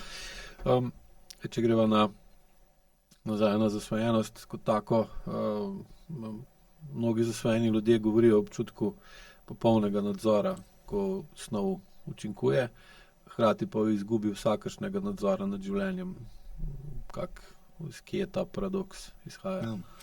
Zdaj, kar se nadzora tiče, ljudje takrat, kadar so pod vplivom, kadar uporabijo drogo, se zadjenejo, karkoli, takrat rečejo, da se ozdravijo.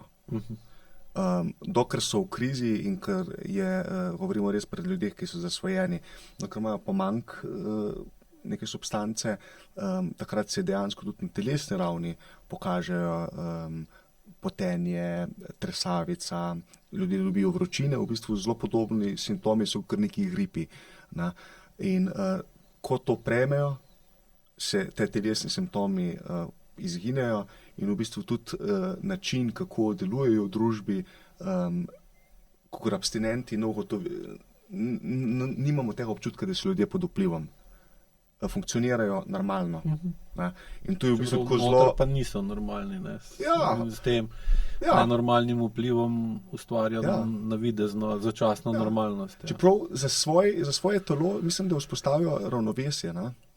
Imam izkušnjo fanta, ki je šel, pred leti so šla na Ljubljanski maraton in preden je šel teč 21 km, mi je vprašal, takrat je dež padel, a se lahko gre zadeti v moj avto. Sem rekel, ne, to pa ne bo šlo, boš mogel drugače poskrbeti. In sem ga vprašal, s čim se pa bolj zadel, je rekel, s heroinom. Pa sem rekel, kako s heroinom, to mi ne gre skupaj, ti boš šel teč maraton. Je rekel, to je bilo takoj, ko sem začel delati v Novi Gorici, je rekel, dečko, jaz sem zasvojen in pri nas to tako funkcionira. In potem je šel teč in je pretekel maraton v neki uri 40, ne, prej bil športnik, ne, in jaz sem čakal tam v cilju, bo človek prišel živ ali ne. Popolnoma normalno pretekel, se uštimal, sedel v avto, šel domov in potem je pač počival, spal. Ne. In takrat sem dobil en tak pogled, se on je bil res normalen v bistvu. In tudi danes, ko se govorim z ljudmi, ne, v terenskem delu, v dnevnem centru, kadar so pod vplivom, so v bistvu lahko delujejo dost normalno. Ne. Ker se pa tiče se pravi druge strani, da nimajo nadzora nad svojim življenjem, to je zgolj moje razmišljanje. Nadzora nad svojim življenjem niso imeli taki ljudje ponavadi nikoli. In v bistvu s tem, ko so začeli uporabljati droge, so mogoče v neki simbolični, na simbolni način povedano, se jim je zazdelo, da so prijeli volan svojega vozila, verjetno ga niso. Ne. Tako da, absolutno, ne, zasvojenostjo. Niso se imeli od koga učiti, kak imeti nadzor nad življenjem, ali pa so tiste posledice nadzora nad življenjem njihovih staršev so bile boleče. Tako. In so v bistvu imeli slab vzgled, slab vzor. Tako. Čeprav starše, ne, nikoli se mi zdi, da jih ne gre za karkoli kriviti, ne, tudi ko govorim z ljudmi, jaz verjamem v to, da starši so naredili vse, največ in najboljš, kar so znali in zmogli. Je pa zelo možno, da to, kar so znali in zmogli, je bilo malo. Ne? In premalo, da bi tem ljudem dali neko opremo za eno učinkovito, funkcionalno delovanje v družbi. Ne? Tako da, Pa si morajo pomagati. Tako. Pri tisti, ki začnejo uporabljati droge, je definitivno to nek način, da sploh v tisti fazi, preden postanejo zasvojeni, je lahko to zelo dobro funkcionira. Kaj se pa zgodi, ko te snovi ne dobijo ali pa jim je odvzeta? In ko pride do pomanjkanja substance oziroma porušitve dopaminskega sistema v možganih, kaj se pa zgodi z njimi ali v njih? Ja, to je v bistvu, zdaj, ko govorimo pri zasvojenih ljudeh, govorimo o abstinenčni krizi in simptomi so take, kar sem povedal, na telesni ravni. Kar se tiče na miselni, psihološki ravni, ljudje se ne ukvarjajo s tem, kaj se jim dogaja, ponavadi ne dobijo nekih uvidov, ne? Ampak spet, če se vrnemo na ta tako krog, kako ta nagrajevalni mehanizem deluje, ne, v možganih, oni hlapijo po drogi in takrat so vsi alarmi vključeni v smeri pridobivanja droge. Dejansko se jim samo leva možganska polica vklopi in išče plen in gre naredi vse. Tako. In takrat naredijo vse. Mogoče, no, tako po domače rečeno, kdaj reče, da bi takrat tudi svojo mater prodali, ne? In če se povežem s tem, kar sva prej govorila, verjetno so bili že prej prodani tudi sami, mogoče z strani svoje matere in staršem na nek način. Ja. Tako da v tisti fazi, v krize, ljudje ponavadi ne dobijo tistih nekih uvidov pa nekih temeljev za spremembo. Ne. Iracionalni del premočen, da bi lahko razmišljalo. Kaj se dogaja. Tako. Zdaj, en drug vidik pa pride recimo takrat, ko ljudje stopijo na eno pot okrevanja, ne, in se v bistvu tudi na prav strogo telesni ravni nekako vzpostavijo ravnovesje, ne, pride pa drugi vidik, ne, to je okoljski, družbeni, ta odnosni del. Ne. Takrat ljudje, ki so navajeni na substanco, zelo krat govorijo o neki praznini, o nekem vakuumu, mogoče tudi tesnobi, kaj jo imajo in je ne znajo, nimajo teh izkušenj mogoče še, ali pa nimajo toliko izkušenj še, ki bi jim omogočili, da bi lahko šli mirno naprej. Ne. In to so v bistvu tiste stresne situacije, ki se mogoče živali, ki so v stresnih situacijah stresajo, in se tako nekako znebijo stresa, pri ljudeh pa ostane. Ne? In spomnim se recimo človeka, ki je že abstiniral več let in je rekel, šel sem na službeno potovanje, in sem prišel Dodatno stresno. v neko okolje, mudilo se mi je, posel ni šel tako, kot sem predvideval, ne, in sem prišel potem na en Petrol, sem šel tankat in ker sem bil že pri blagajni v tistih svojih mislih, kako bom to vse skupaj izpeljal, je kar naenkrat roka segla po tistem hladilniku tam in je vzel tam dve pivi in jih dal tja noter, ne. In se v bistvu sploh ni zavedal, to je bilo tako predvsem na eni nezavedni ravni, kaj je naredil, ne, in kakšne so posledice in tako naprej, ampak človek deluje na nek način, kakor je bil navajen in ker je to funkcioniralo in ker mu je omogočilo preživetje, ne.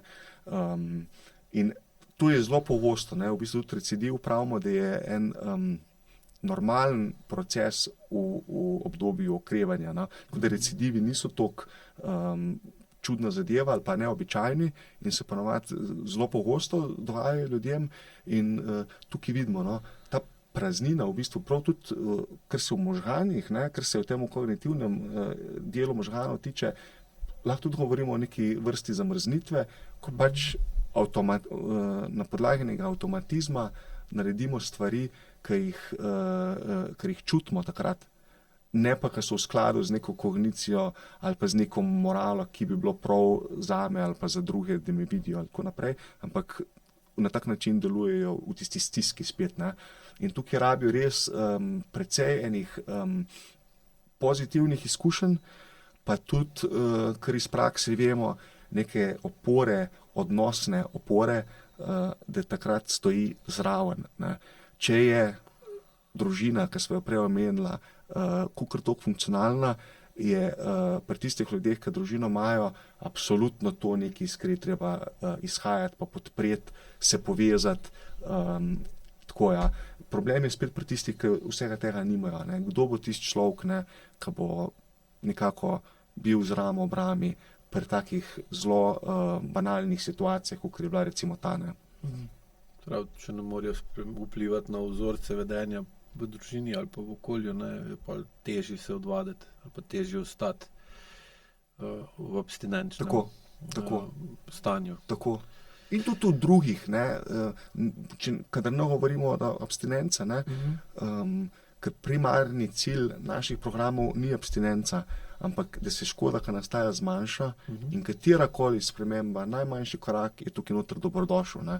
Tako da tudi ljudje, recimo, ki so prej inicirali in potem preidejo na kajenja, ne, ali pa na snifanje, ne, na nazalno uporabo, to je v bistvu že velik uspeh, ne, da se nekako naučijo kontrolirati svojo uporabo drog, sčasoma tudi, da se naučijo kontrolirati ali pa regulirati tudi druga vedenja, ne, ali pa psihična stanja, čustvena stanja. To je pa to, kar govorimo v bistvu, vi ste prej omenil čustveno zrelost, ne, in tukaj se mi zdi, da je to, no, ali pa kar rečejo ljudje, da delajo na sebi, pa jih vprašaš, ja, in kaj delaš na sebi, ne, tukaj govorimo predvsem o tem uravnavanju nekih čustvenih stanj, ki jih pa spet moramo pridobiti predvsem v odnosih, ne, ker v teh odnosih se tudi stvari najbolj intenzivno dogajajo in vršijo. Pravi, ko tudi gledamo na zaupanje kot pogoj za učinkovitost, ne.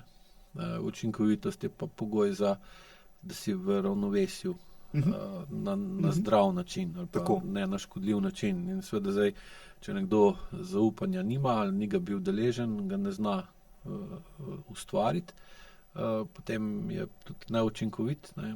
Pa neučinkovitost more nadomeščati ali pa na njo vplivati z določeno drugim vplivom, v tem primeru recimo substance, ki pa je glih tako neučinkovit, ne. Pa se skupaj gre v to odvisno spiralo, ker z neučinkovitim reševanjem neučinkovitosti postaješ bolj neučinkovit, ne. Tako. In glavno ta proces dviga čustvene zrelosti je namenjen tem, da oseba lažje določi in ustvari bolj učinkovit vpliv tako na sebe kot na okolje, in bolj ko zna učinkovito vplivati na sebe in na okolje, bolj si zaupa. Tako. In bolj ko si lahko zaupa, bolj mu zaupa tudi okolica, ali pa lahko skozi večanje zaupanja vase jasneje določi, kateri okolici in kdaj ne more zaupati, Tako. kdaj pa je lahko. Tako.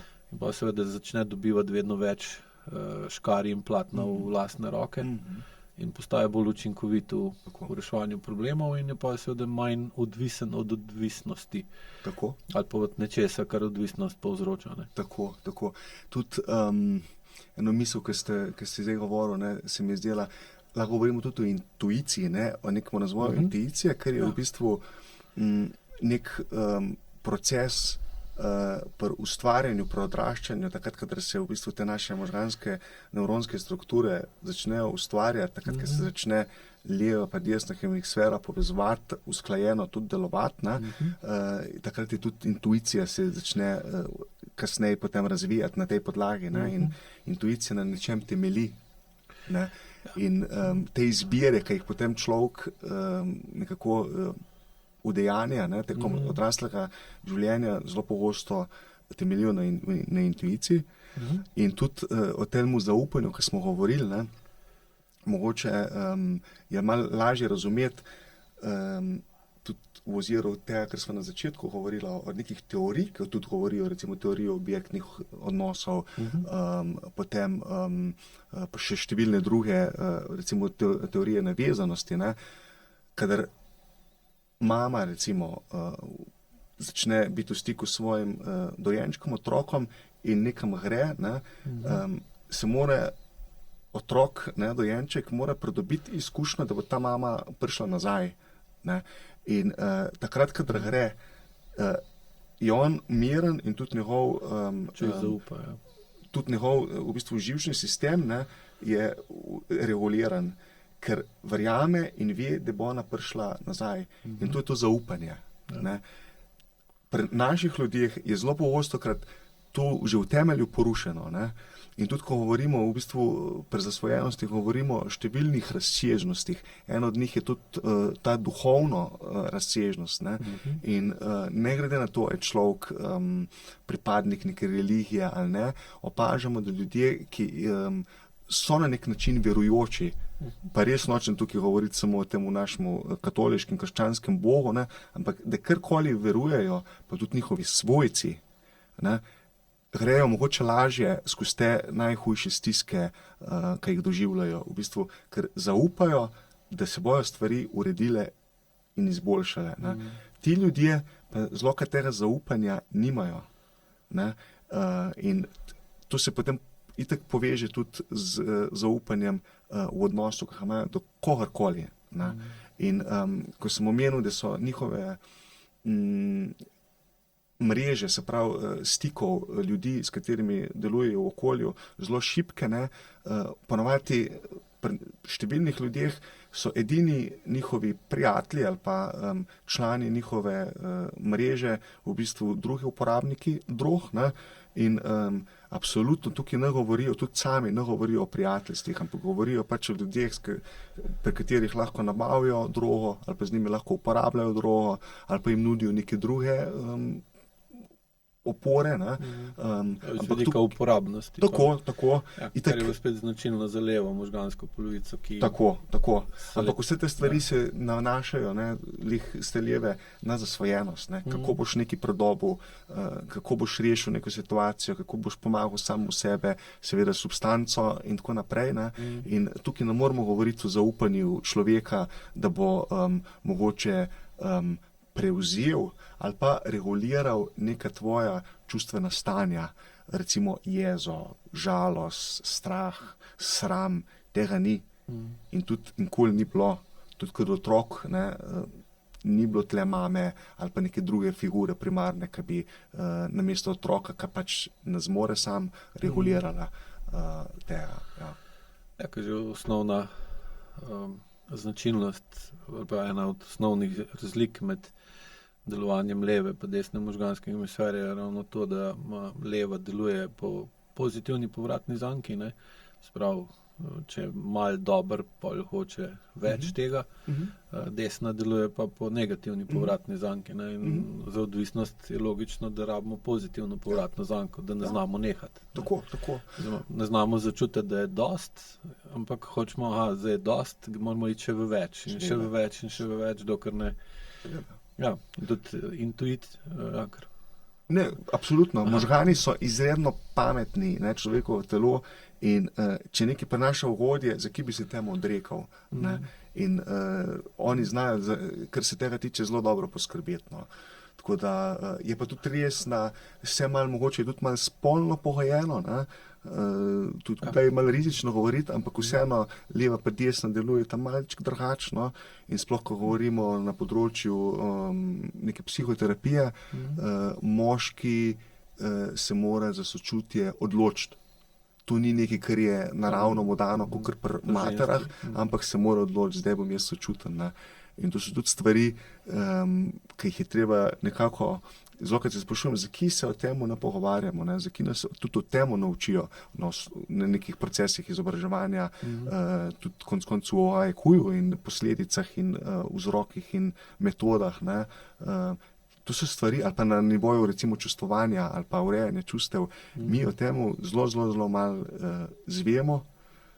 Ko sem sam hodil v šolo, tudi kar se tiče kuhanja, ne, in takih zelo praktičnih stvari, in tudi to se mi zdi, da je nek osnoven sestav, o katerem bi mogli vseeno malo več govoriti in pa se izobraževati. Ja, se razvije dosti visoka samostojnost, ne, bolj kot te stvari razumeš, ne, sploh ko razumeš funkcijo desne možganske polovice, ne, in tudi pri zasvojenostih je ključno, po mojih izkušnjah, da oseba poveča vpliv desne možganske polovice na svoje življenje, ker glih to, kad desna deluje po negativni povratni zanki, je nasprotje pozitivne povratne zanke in vodi v izhod iz odvisnosti. Ne? Ker desna se lahko zaveda, kakšne bodo dolgoročne posledice nekega dejanja, sploh če se ga ponavlja, medtem ko leva in na posledice določenih dejanj gleda primarno pesimistično, ne, se pravi z distanco, z odporom, z previdnostjo, preudarnostjo, medtem ko je leva pa optimistična. Ne, in zdaj, če nekaj glavno, kar pa najbolj levo možgansko privlače, pa moč, vpliv, pa manipulacija. Ne? In zdaj, tako kot ste prej opisali na začetku podcasta, da je nekdo nepomemben, si ne zaupa, mu ne zaupajo, s prstom za njim kažejo in podobno in je nemočen, ne? In hrepeni po moči. In bolj, ko dobi z neko substanco, tako kot ste opisali, da se zravna, da postane pomemben, močen, je to za levo možgansko polovico darilo iz neba, ne? In pa se mu težko odpove in pa lahko bi rekli, da je zaslepljena in vidi sem kratkoročno korist, ki je ogromna, ne? In povozi desno možgansko polovico, ki bi pa mogla opozarjati, kaj pa, če to dolgoročno ni dobro. Ne? En osnovn namen IQ-ja je, da skozi vaje pa razlago povečuje vpliv desne možganske polovice, tako na moškega kot na žensko, ker pri kroničnih stanjih, med katere damo tudi zasvojenost, je avtomatsko že po definiciji logično, da je vpliv desne možganske polovice na misli, odločitve in dejanja te osebe premejhen, da bi znala dolgoročno razmišljati o tem početju, ki ga dela in zakaj dela škoda. Tako, zavrtje, zato pa govorimo o travmi, blokiran, tako. In tudi spet povezan z intuicijo, ne, ker intuicija dejansko poteka med telesom pa med desno možgansko polovico. Ne. In prav, ko jo gledamo na intuicijo, da intuicijo razvijamo, ko čutimo delovanje staršev, še posebej kot mame. Če lahko ona recimo se v določenih odzivih ali pa vedenjih deluje iz svoje intuicije ali pa tudi razuma, otrok ne razume te razlike, ampak vidi vzorec delovanja. Take okoliščine, tak mamin odziv in pa iz maminega odziva on ustvarja svoj odziv, ki se pa oblikuje postopoma v intuicijo. Zdaj, če ni stika s telesom, tako kot je treba, ali pa če je popačen, ali pa potlačen, je seveda tudi potlačena in popačena intuicija, kar pa ti ne omogoča, da bi z desne možganske polovice prepoznal, da določeno vedenje, ki ga ponavljaš, je dolgoročno škodljivo in se spreminja v kroničen problem. Ja. pri otroku in materi pač poteka ta desnohemisferska komunikacija. Ja, prve ne. 2-3 leta. Tako pač se leva sploh ni možna. Ne, Ne dela še. ta mora biti dejansko, in hvala Bogu, da ne dela. Ker Ja, bi bilo prezgodaj. Ne? absolutno. V bistvu takrat dobimo mi temelje, ki jih prenašamo v celo prihodnje življenje. Ne. In ja, zdaj tukaj se spet odpira ena druga pot, ne. Mama lahko to udejanja, pa je dovolj dobra mama, seveda, če ima podporo očetov. Zdaj, pri nas, pa ne samo pri nas, ampak mislim, da je to širše, pa poznamo ta koncept odsotnosti očetov in tu se mi zdi, Večje da je verjetnosti za zasvojenost. tako. To je kar močna korelacija. Ne? Tako. Pa tudi pri ljudeh, ki niso zasvojeni, no, ki se pogovarjamo, ne, od naših očetov, zelo jim je bilo težko, no, zelo jim je bilo težko držati ta bližino, recimo, ne, pa prisotnost. Ne, in, ja. Ja, ker moški načeloma delujemo bolj z leve. Leva je bolj birokratska, težje prilagodljiva. In potem v obdobjih hitrih sprememb, ki smo jim priča zadnjih 60-70 let, ne, se moški težje znajde, ker mu bolj ustreza neka rutina, neko standardno, počasno napredovanje in seveda pa pride tudi do te stiske, ko se stvari hitro spreminjajo, ne dohajaš, ne, in pa izgubljaš, greš v kronični stres, pa se ti porušijo hormoni, ne. In pa seveda je tudi funkcija, moška funkcija kot taka ogrožena in so pa tudi partnerski odnosi ogroženi, s tem so pa tudi ženske, še bolj pa otroci ogroženi, ker ni ta pravega vpliva. Ne. Tako, vse sfere, Ja. vse razsežnosti se dotakne. Tako. In ko danes govorite z nekom, ki se bori za zasvojenostjo in išče smisel, kaj mu rečete? Kaj bi mu rekli? Ali pa? Pravzaprav mislim, da skušamo, kar se da malo govoriti, no, sploh v smislu nekega pametovanja. Absolutno ogromno informiramo, svetujemo, razbremenjujemo, ja, ampak predvsem to probamo narediti svojo prisotnostjo. No.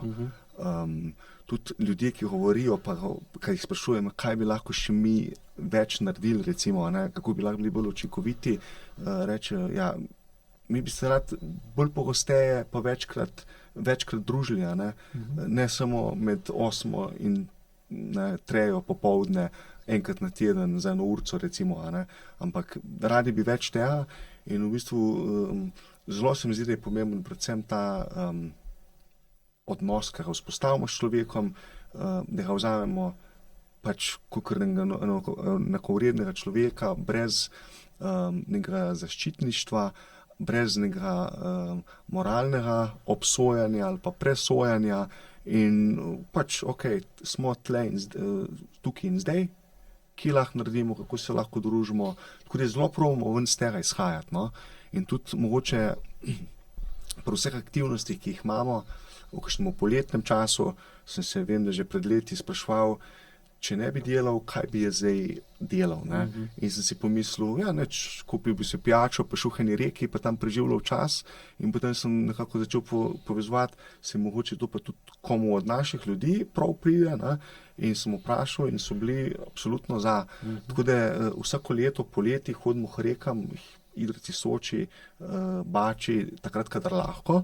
In v bistvu tam se razvija potem neka dinamika, ki jo ljudje pravijo, da je izredno dragocena in da se jim zdi res to smiselno, mogoče še bolj kakor neke formalno svetovanje, zmanjševanje škode, svetovanje, kam se obrniti in tako naprej, ker to pride zraven.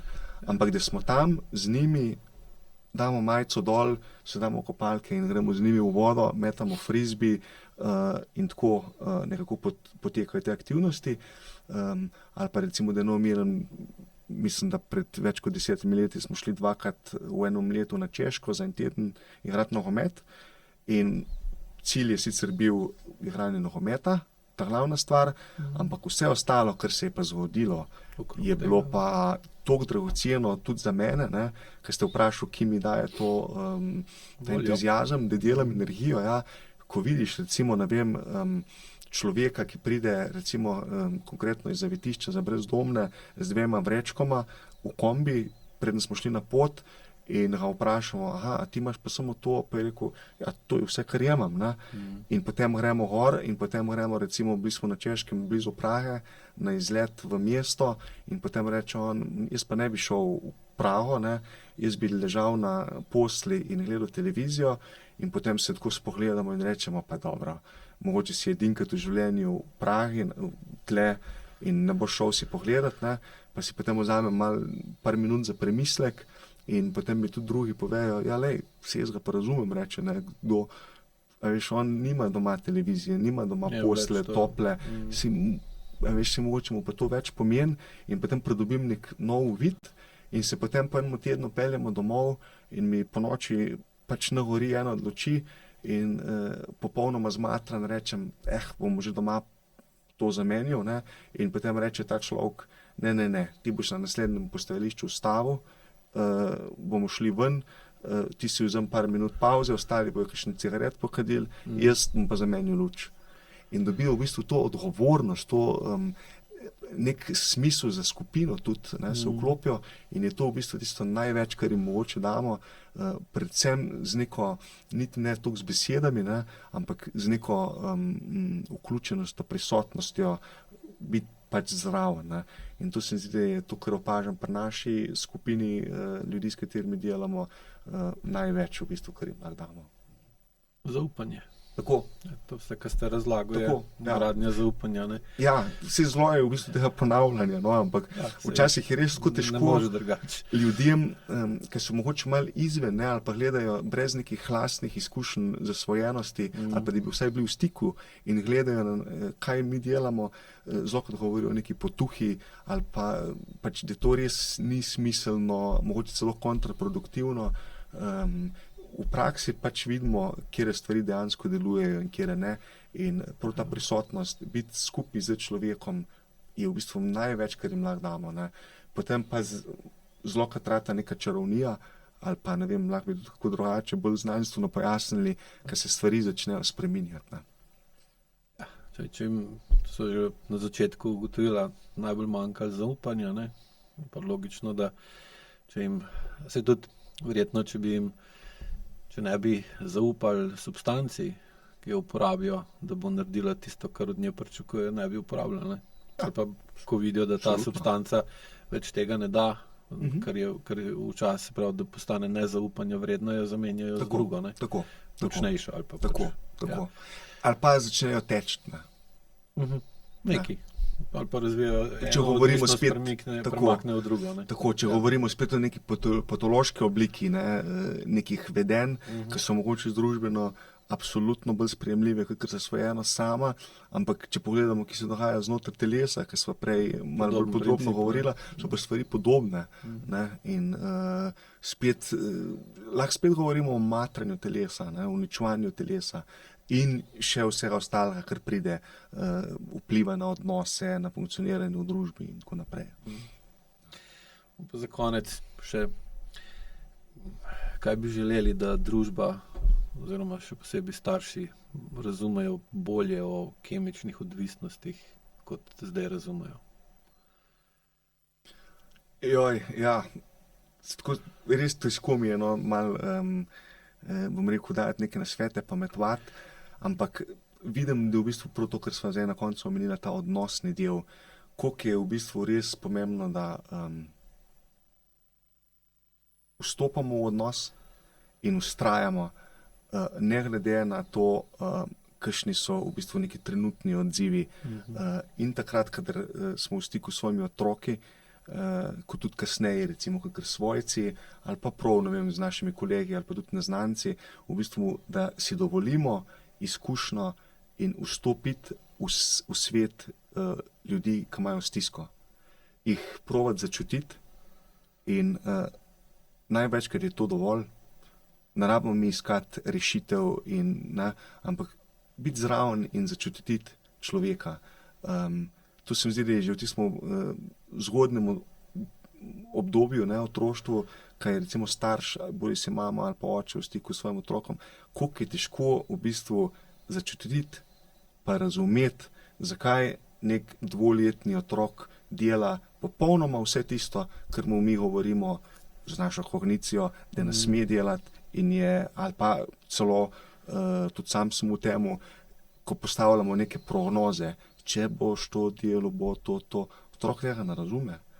Še, absolutno. In tudi mogoče v tistem momentu narab, v njemu se nekaj dogaja in on rab mogoče neko pomeritev, neko sprejetje, razumevanje, ne, in predvsem na ta način, no, da bi probali se okrepiti, izobraziti, ne, in potem mogoče to mislim, da bi pripomoglo tudi nekemu širšemu videnju sveta, v katerem so pa tudi zasvojenosti. Ne.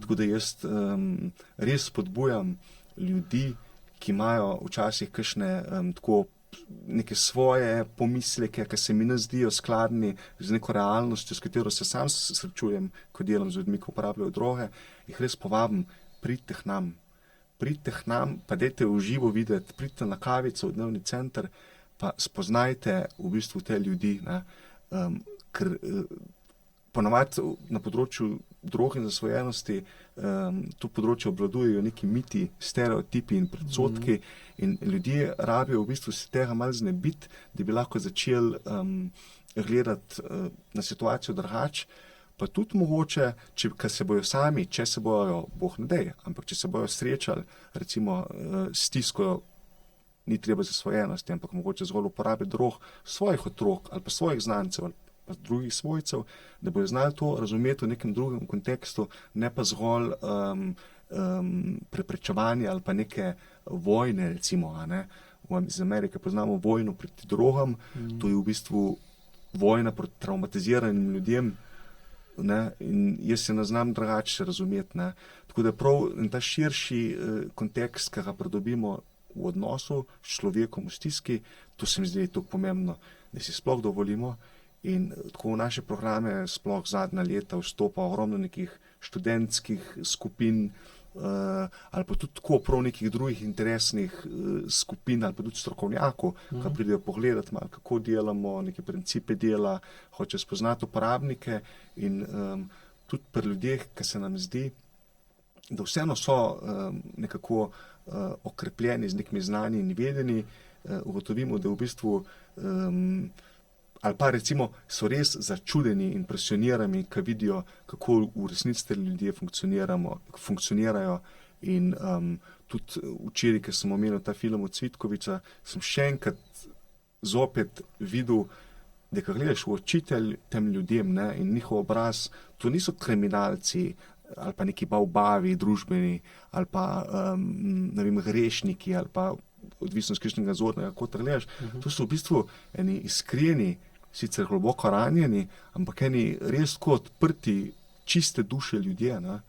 In to v bistvu vsak dan znova, ko delam, opažam, ugotavljam in to je tisto v bistvu, kar mi daje to energijo in neka pristnost, ki je v svetu izven delovnega okolja popolnoma izkrivljena in je več ni, recimo, tam noter pa še zmeraj ostaja, ne.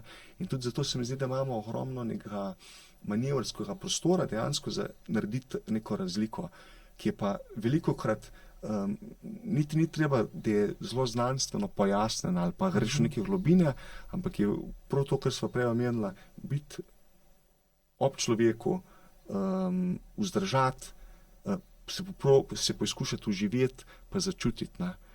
Ampak zlokrat smo že sami toliko odtujeni, ne, od svojih občutkov telesa, konc koncev, ker je tudi, se mi zdi, en tak sržaj kuja, recimo, vsi ne znamo svojega telesa čutiti, ne, kako bomo potem drugega človeka razumeli ali počutili, no. Tako da tukaj se mi zdi, da je ogromno še rezerv, ki jih vidim in jih bo potrebno nasloviti, če bomo želeli iti mogoče v eno drugo smer, kot kar danes gremo. Kar je v bistvu dobra novica, ne, ker če nimamo nobene rezerve več, kaj lahko sploh še naredimo, ne. Ja, se strinjam. Tako da vam hvala lepa za gostovanje in za res kvalitetno vsebino, ki ste jo dal na razpolago gledalcem. In upam, da jo bojo tudi temu primerno in razumeli in uporabili, ker vsak od nas je odvisen od nečesa in več, ko vemo o principih in procesih, ki morajo obstajati, da pride do odvisnosti in zakaj odvisnost sploh obstaja in kaj lahko naredimo, da odvisnost zmanjšamo, bolj lahko se spremenimo v svobodno, odraslo, samostojno osebo. Ki sama upravlja s svojim življenjem. Tako je. Hvala. Hvala enako in hvala tudi vam, dragi gledalci, in se vidimo naslednji teden.